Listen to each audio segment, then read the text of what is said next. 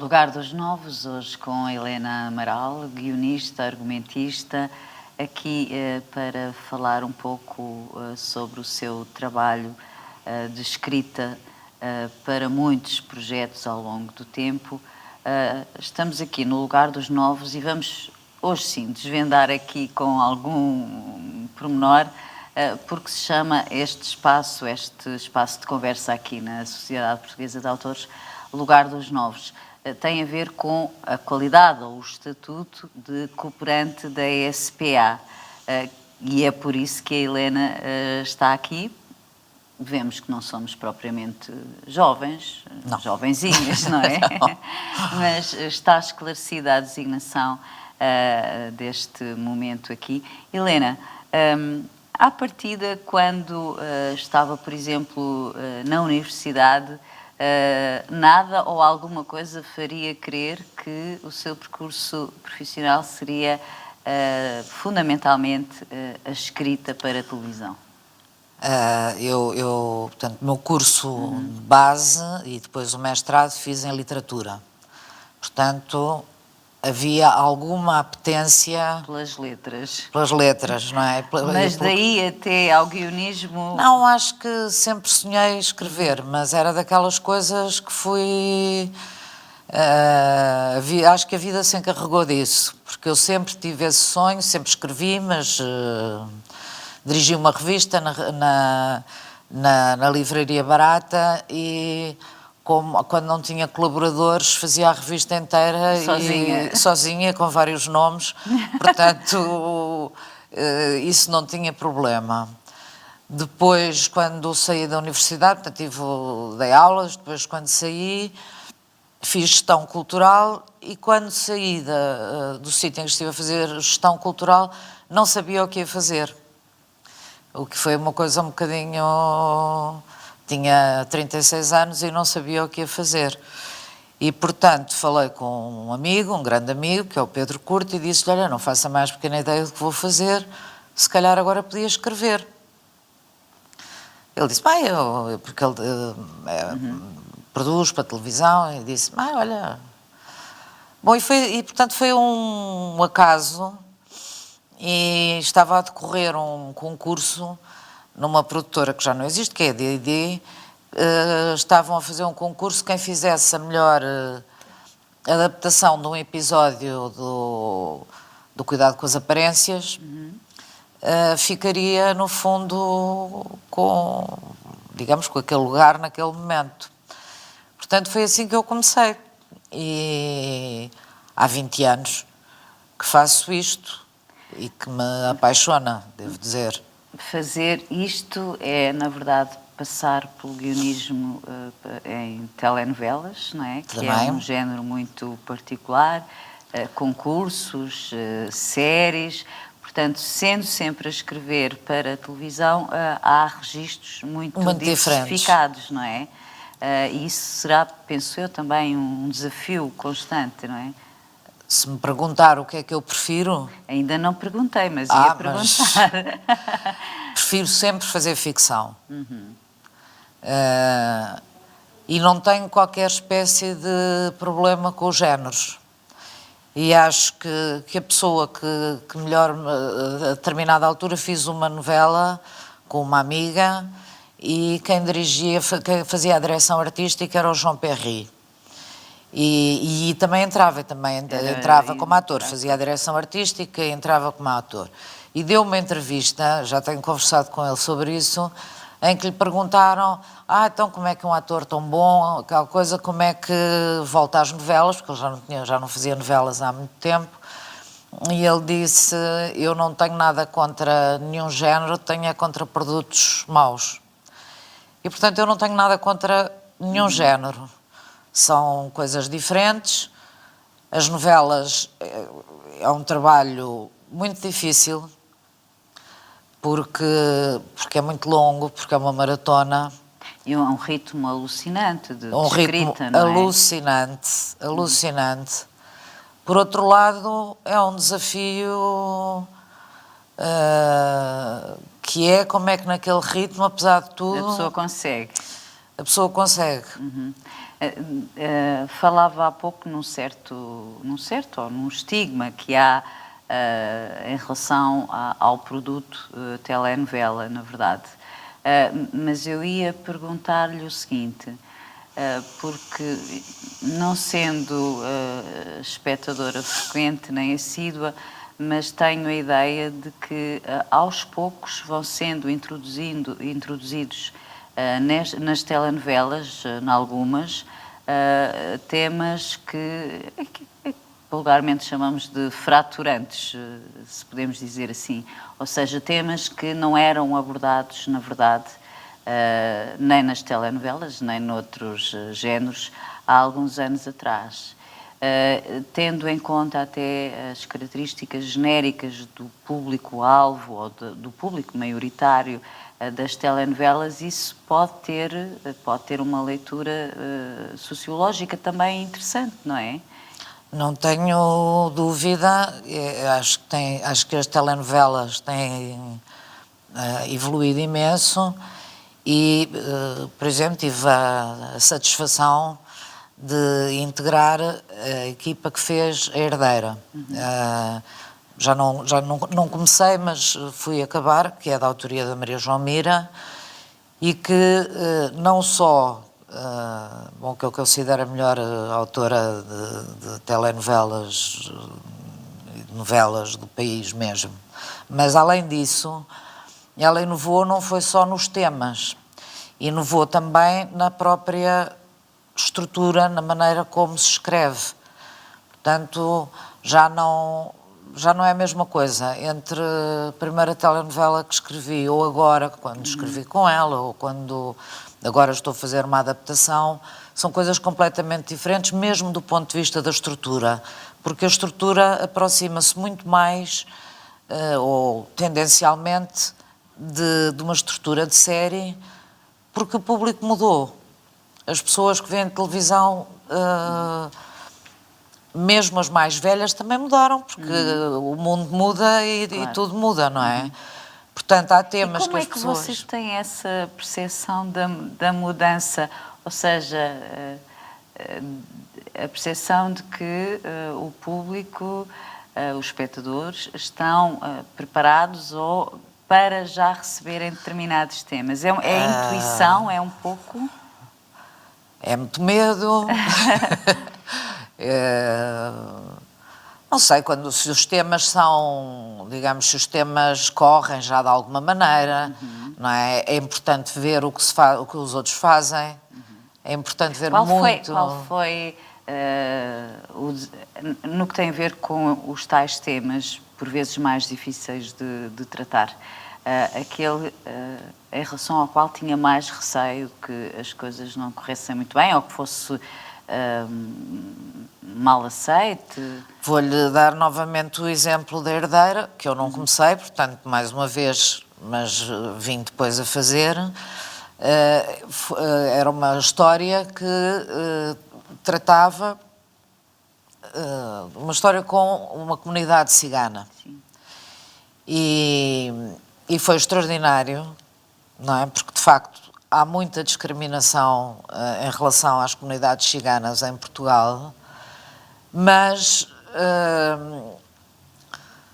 pronto, a arte da Maria João, aquilo foi tudo tão bem feito que as pessoas adoraram. Adoraram, a própria comunidade adorou, porque se sentiu... Retratada fielmente? Sim, com os defeitos e as qualidades, Sim, que é o que acontece, mas com rigor, não é? E com defeitos e qualidades, como todos temos e todas as comunidades têm. E eu acho que o público também... Sim, senhor, havia uns atores que faziam de ciganos que eram muito bonitos, essas coisas também contam, não é? Mas as pessoas aderiram... foi fantástico. E, portanto, acho que isso às vezes é um risco, porque às vezes o público pode rejeitar e... Bom, é verdade que quando estão, ou nos casos em que têm trabalhado, que o argumento vai seguindo aquilo que lhes parece que o público pretende? Pelo menos no que tem a ver com as linhas mais fortes, com os desfechos. Bom, repare, são É coisas... de uma telenovela, são, não é? são coisas diferentes, não é? Porque se for uma série, Sim. dificilmente isso acontece. Não, estava a falar nas novelas. De uma novela, depende do número de episódios, porque se for uma novela muito longa... Normalmente são muito longas, não é? Estão a ser cada vez mais pequenas. É? Porque lá está, por essa tendência que as pessoas não têm já vontade de ver coisas tão grandes. Mas de qualquer maneira, uma coisa que tenha mais de 100 e tal episódios, se começar a ser emitida quando ainda está a ser gravada, é normal que se ajuste em função até do resultado. Sim. Porque às vezes ou quem escreve não conseguiu transmitir exatamente o que era a sua intenção, ou às vezes também um ator pode não corresponder, não é? É normal, não é? Portanto, quando é possível fazer algum ajuste, sim. E por isso é melhor não ter tudo escrito logo. Tem assim uma pilha do que já terá escrito, das páginas que já terá escrito? Se fossem livros já dava muita coisa. Dava muitos. Neste momento estou a fazer uma adaptação e escrevo mais ou menos 50 a 60 páginas por dia. Por dia? Por dia. Pode dizer-nos o que está a fazer ou ainda não? Acho que não posso. Estou a fazer uma coisa para a TVI, mas ainda não foi anunciada. Claro. Mas é uma adaptação de uma série muito interessante, mas o ritmo é alucinante, portanto a produção está sempre à espera de quem escreve e por isso tenho umas jornadas um bocado longas. Tem feito outras adaptações. Penso que uma das mais interessantes foi a série Conta-me Como Foi, transmitida na RTP. Na RTP. Não é? Fiz com duas pessoas com quem trabalhava, que entretanto não estamos a trabalhar juntos, não porque não calhou. cada um calhou, mas que assinávamos com digamos um nome que era Cartas de Amor. Isso foi, acho que foi, quer dizer, tenho que dizer, foi a coisa que mais gostei de fazer em televisão. Foi o trabalho da sua vida, no que tem a ver com a televisão até agora. E talvez também os 50 anos da RTP, foi muito a gala dos 50 anos da RTP, foi a muito... preparação da gala. A escrita da gala, porque é que me interessa, porque gosto muito de Portugal, do estudo de Portugal dos anos 60, 70, e, não portanto, é? São trabalhos que exigem investigação, não é? Exigem muito estudo, mas é uma época que me interessa, porque penso muitas vezes entre o momento em que eu nasci, não é? No fundo, acho que tive dois nascimentos. Tive o nascimento em 62 e depois voltei a nascer com o 25 de Abril de uma outra maneira. Ainda era garota, mas quer dizer, mas de facto a vida mudou completamente. E ter noção e percepção dessas mudanças, o que é que mudou, como mudou. Como éramos e como éramos e o que somos. Há bocado, antes de começarmos a gravar a conversa, se me permite, contou um episódio muito curioso, justamente por causa da série Conta-me Como Foi, e que tem a ver com o que acabou de dizer, que foi uma criança achar que, por exemplo, a sala de aulas dos anos 60, 60, não é? Aquilo começa em 68. Que aquilo era uma brincadeira, que, não é? Não a minha sobrinha mais nova não acreditava, pensava que aquilo era uma coisa inventada, com certeza que aquilo era uma coisa inventada, não é?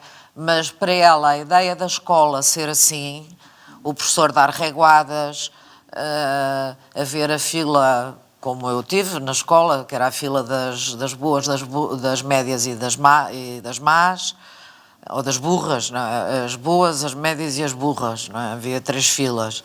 Isso é uma coisa que eu acho que para um jovem adulto hoje é alucinante, isso não lhe diz nada, não é?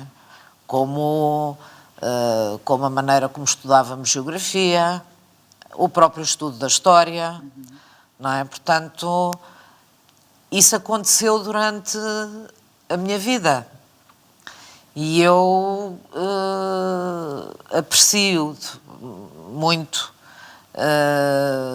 gosto imenso de estudar essa De estudar e época. mostrar, dar a conhecer, não é? Justamente E dar a conhecer. Às gerações que já não E viveram. com uma curiosidade ainda no conta-me é que os meus sócios, que eram o Fernando Heitor e a Isabel Frausto, a Isabel era da minha idade, que tínhamos a idade do Carlitos, e o Fernando era da idade dos filhos mais velhos, portanto tinha mais 10 anos do que nós.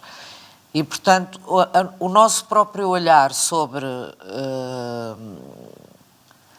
as notícias, sobre os acontecimentos, foi uma coisa muito importante claro que podemos escrever sobre o que não vivemos, mas naquele caso era complicado esquecer, não é? E acho que isso foi muito bom sentir que as pessoas gostaram, continuam a gostar e que é um trabalho de referência mesmo.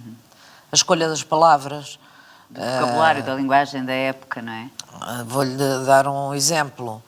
Hoje em dia ninguém diz grená, mas quando nós éramos miúdas comprávamos Verdade. tecidos grená, não é? Ou ir comprar um corte de tecido. Já não vamos comprar cortes de tecido. Ou, sei lá, imensas coisas assim, os achadrezados, coisas que hoje já não se dizem. E, portanto, tivemos cuidado, muito cuidado também nessa busca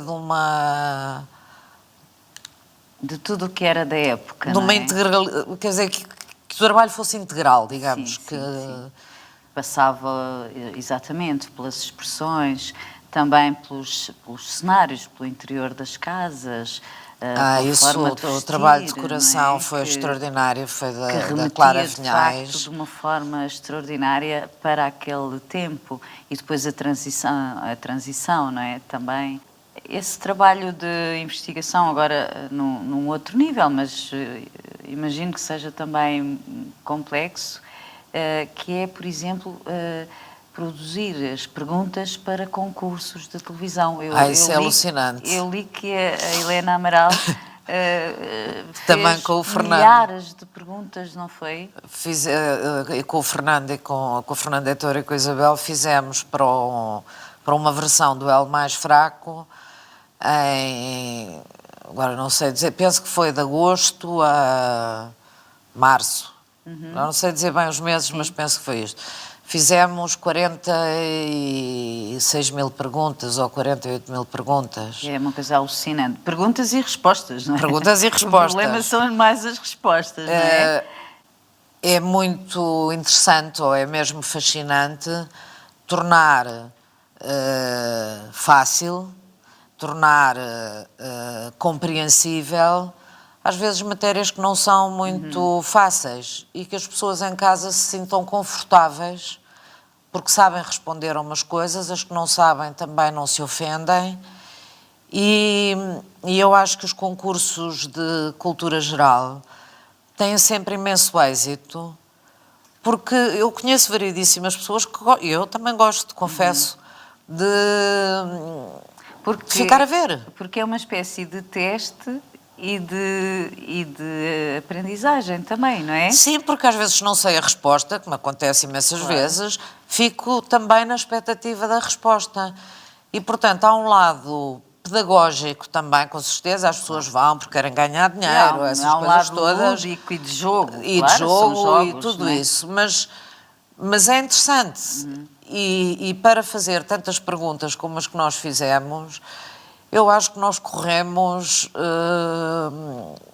não sei, muitos universos. Mas como é que se fazem 40 mil perguntas? Porque nós podemos ter muitas dúvidas e temos com certeza, mas ter que ter essa preocupação de muitos universos, de facto, muitas áreas do conhecimento, do saber. Por vezes há perguntas que, na verdade, são mais acessíveis, até porque por Claro. norma há graus de dificuldade, não é? Mas a pessoa não se senta e pensa, agora vou aqui fazer umas perguntas, não é? Como é que se constrói um concurso dessa O natureza? método que nós arranjámos Como foi, digamos, cada semana, cada um de nós dizia, eu esta semana vou Pensar debruçar-me sobre isto, sobre aquilo, sobre aquele outro. E depois de uns temas vêm os outros. Sei lá, se começámos a pensar em viagens, acabamos em geografia, depois acabamos, se calhar, na semana história. seguinte na história, depois na outra semana na fauna e depois na flora. Dito assim parece simples, de facto. Mas foi um trabalho muito Um violento desafio também. muito grande também, não é? Muito violento. Sente-se, Helena Amaral, uma autora de bastidores, porque no fundo é disso que se trata, não é? Sempre. Eu acho que os autores são sempre um bocadinho bastidores, não alguns é? têm mais visibilidade, depende da área em gostam. que trabalham, não é? Gostam também. Não, se uma pessoa escreve um livro, por exemplo, ou compõe interpreta uma música, tem um grau de exposição, claro. não é? Inevitavelmente. Aqui há um trabalho criativo, de produção autoral, que normalmente não é associado ao nome da pessoa. Pois não. Não me importo muito, para ser sincera, não me importo. Escrevo outras coisas, escrevo crónicas, e aí sim tenho essa vontade, que acho que é normal, não é? Do reconhecimento da autoria. Estes trabalhos de televisão são trabalhos com equipas enormes. Portanto, é muito boa a sensação de estar no começo, estar na origem De um projeto. do que vai acontecer a seguir, mas o que resulta tem tanto... Não é só o trabalho não é só da o trabalho, pessoa, não é? Sendo E, portanto, que é fundamental neste caso a criação. É sempre fundamental, não é? O perfil das personagens, os conteúdos, os temas, é fundamental, não é? A história, história, porque sim, no fundo é o que continua sempre a apaixonar as pessoas. São as histórias. Os amores, os desamores, os enganos e os tudo. desenganos, não é? Os ingredientes basicamente são sempre os mesmos, não é? Com as tais inovações, os tais acrescentos de que já falámos há instantes. Helena Amaral, temos que ir terminando, mas há uma parte muito importante também do seu trabalho, das suas causas, no fundo, que tem muito que ver com a igualdade de género. Está neste momento a fazer uma tese de doutoramento? Estou a começar um doutoramento. Sim. Inscrevi-me no primeiro doutoramento em estudos de género que existe em Portugal, exatamente 30 anos depois de ter acabado a tese de mestrado.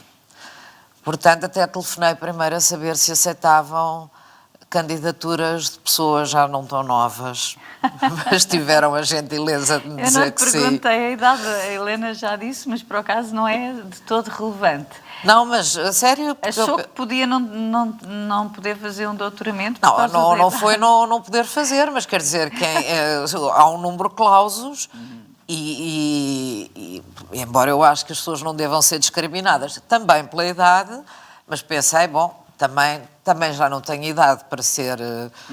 para chumbar, para não entrar na candidatura, e telefonei a perguntar isso. E a verdade é que eu quando deixei a universidade, quando me vim embora da universidade onde dava aulas, deixei um doutoramento a meio, mas há mais de 10 anos que estava a querer voltar à escola. Mas não queria voltar a fazer em literatura, contra a qual não tenho absolutamente nada contra, pelo contrário, tenho tudo a favor. Acho que realmente é a minha vida.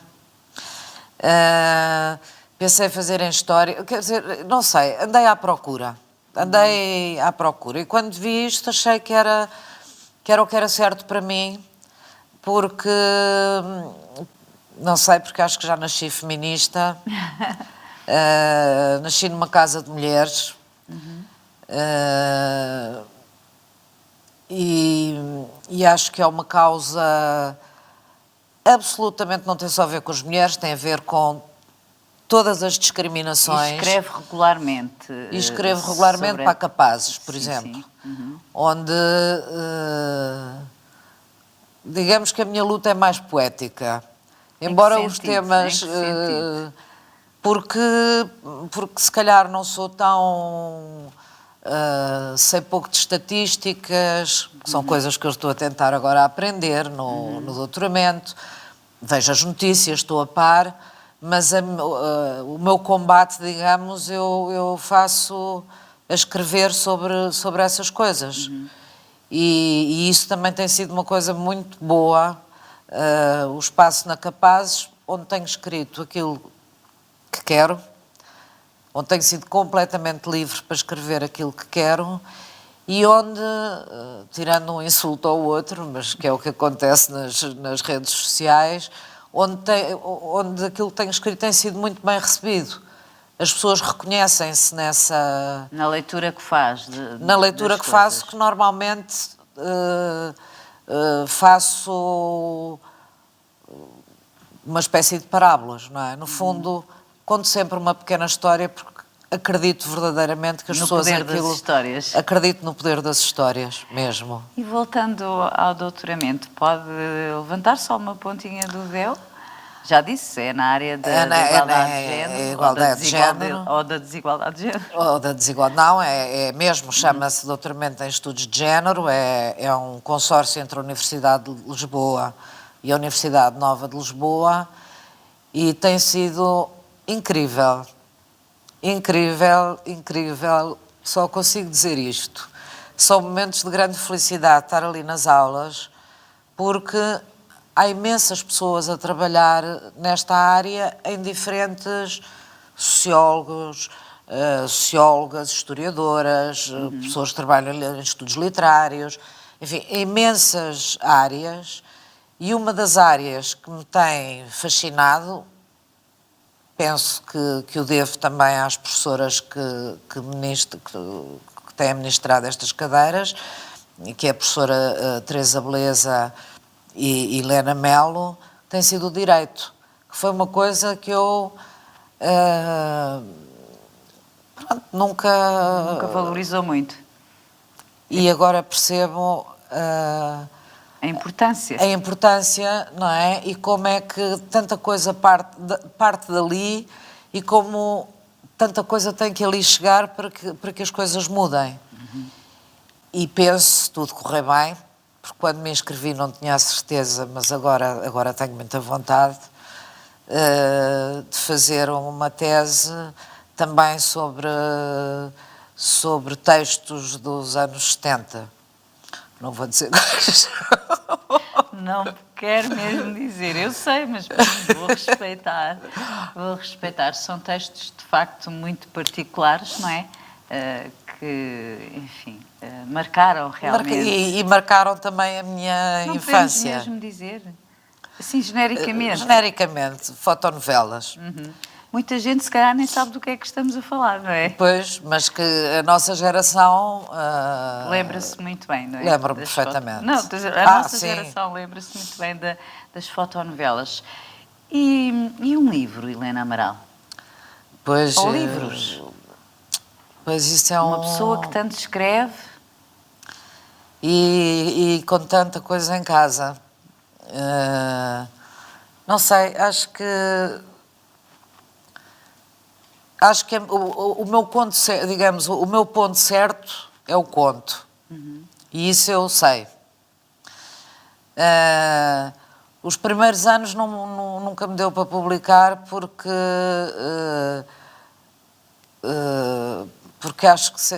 achava, não é? Porque não escrevia e, portanto, achava que ser autor era uma coisa tão importante, que eu continuo a achar que é uma coisa muito importante, que estudando literatura tinha medo de não estar à altura da situação.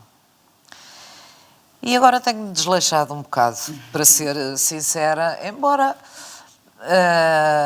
não conto não publicar. Não conta não publicar um conto.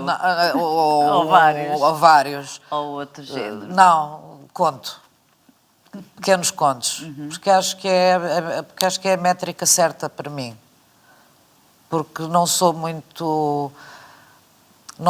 paciente.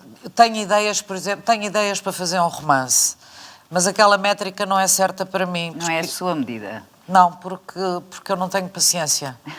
Quero ver logo o final. É isso que, por exemplo, que os episódios são ótimos de fazer, ou as crónicas. É porque é uma coisa que pode ter seguimento. Mas também tem um sentido só por si, quase só por si. Sim, tem um sentido só por si, é uma estrutura curta, gosto muito de síntese, gosto imenso de cortar texto. Escrever e limar, cortar. Adoro. Depurar o texto. Adoro, é uma coisa que me dá até prazer. Normalmente as pessoas não gostam de Pois, mas eu gosto imenso. Os meus, os dos outros, o que me derem, eu corto. Porque isso me dá uma...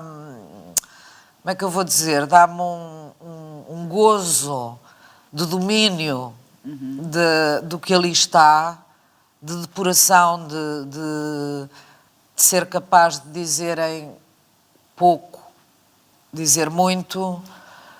E esse exercício